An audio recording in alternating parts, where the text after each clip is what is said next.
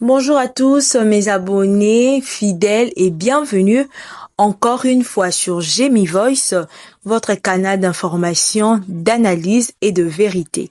Aujourd'hui, nous revenons sur un fait marquant et très inquiétant, le crash d'un avion à Kolwezi. Ce lundi 17 novembre 2025 aux alentours de 11h30 heure locale. Un incident qui aurait pu tourner au drame, chers abonnés, car à bord se trouvait une délégation ministérielle de haut niveau, notamment le ministre de Mines, Luatum Kabamba, accompagné de plusieurs hauts responsables du secteur minier congolais. Restez avec moi jusqu'à la fin, nous allons revenir pour développer cela ensemble.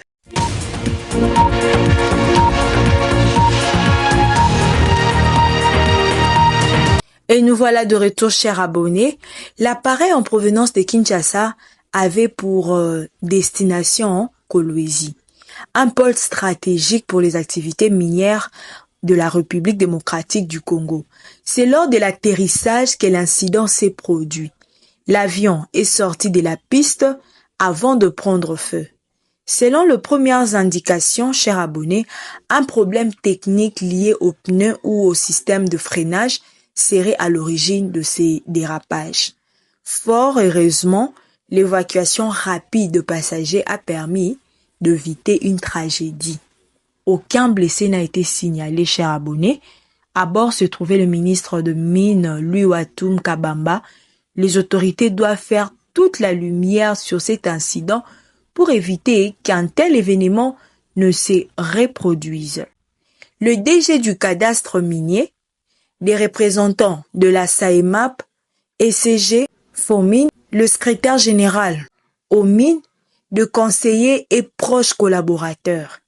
Selon le conseiller en communication du ministre, Isaac Niembo, tous les membres sont sains et saufs, bien que le bagage et matériel officiel aient été perdus dans l'incendie. Cet incident, chers abonnés, pose plusieurs questions importantes. Les avions utilisés pour transporter des personnalités de l'État sont-ils suffisamment entretenus? Kolwezi, c'est une ville stratégique. Dispose-t-elle d'un équipement suffisant pour gérer les atterrissages d'urgence? L'opinion attend des réponses claires, surtout lorsqu'il s'agit de la vie de hauts cadres de l'État. Heureusement, chers abonnés, cette fois, il n'y a pas eu de victimes. Mais que serait-il arrivé si l'incendie avait démarré quelques minutes plus tôt? En tout cas, le crash de Kolwezi, chers abonnés, est un rappel brutal que la sécurité aérienne ne doit jamais être prise à la légère, surtout lorsqu'il s'agit des missions officielles. Le pays a évité de justesse un deuil national. À vous maintenant la parole, chers abonnés de Jemmy Voice. Que pensez-vous de ces crashs? Avez-vous déjà voyagé entre Kinshasa et Kolwezi?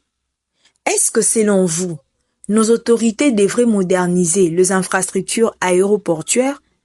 Réagissez en commentaire, chers abonnés, que vous soyez en République démocratique du Congo ou à l'étranger, votre avis compte. Et n'oubliez pas, Jemmy Voice, ce n'est pas que du drame ou du buzz, c'est une voix qui informe, qui analyse et qui vous appartient. Merci de liker, de commenter, de partager cette vidéo et surtout de vous abonner. Ensemble, on fait grandir cette communauté. À très bientôt pour une nouvelle actualité.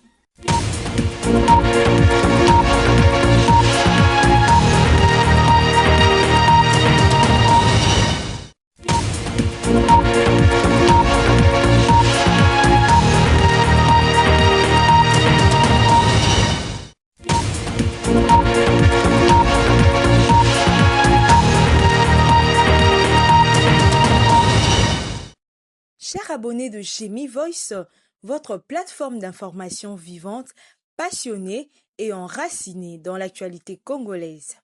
Aujourd'hui, chers abonnés, nous quittons le drame et les tensions pour une page de joie, d'unité nationale, des patriotismes purs. Car oui, cette fois, la voix du peuple, c'est la fierté de tout un pays. Lundi 17 novembre 2025, chers abonnés, c'est une date historique. Ces jours-là, les léopards de la République démocratique du Congo sont rentrés triomphalement à Kinshasa. Après leur victoire éclatante face au Nigeria, le qualifiant pour le barrage intercontinental de la Coupe du Monde 2026. Mais ces retours, chers abonnés, n'étaient pas qu'un simple débarquement, c'était une célébration nationale, une communion, une émotion. Dès l'annonce de leur victoire, chers abonnés, contre le Nigeria, 1-0, l'ambiance à Kinshasa a basculé. Mais le point culminant, c'était le retour de joueurs à l'aéroport de Njili ce lundi 17 novembre, chers abonnés. De foules immenses attendaient, certains depuis 4 heures du matin, des mamans habillées en panne aux couleurs de la nation, des enfants portant le maillot des Chancel Mbemba, de jeunes sur les motos, klaxonnant dans tout le sens. Kinshasa s'est figé pour le léopard. Le cortège a traversé la ville jusqu'au stade de Martyrs, dans une ambiance survoltée. Chants, danses, slogans, drapeaux flottants à chaque carrefour. On a senti, chers abonnés, hier que le Congo est un peuple qui vibre ensemble, surtout quand il gagne. À leur arrivée au stade de Martyrs, chers abonnés, le président de la République, Félix-Antoine Tshisekedi, a personnellement accueilli le léopard. Dans son discours, il a déclaré « Vous avez porté haut les couleurs du pays, toute la nation est derrière vous, continuez à jouer ensemble avec sérieux et engagement.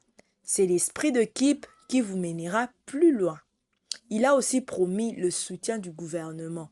Le Congo croit en vous. Le plus dur commence maintenant, mais nous serons à vos côtés. Ce message du chef de l'État, chers abonnés, a renforcé l'unité.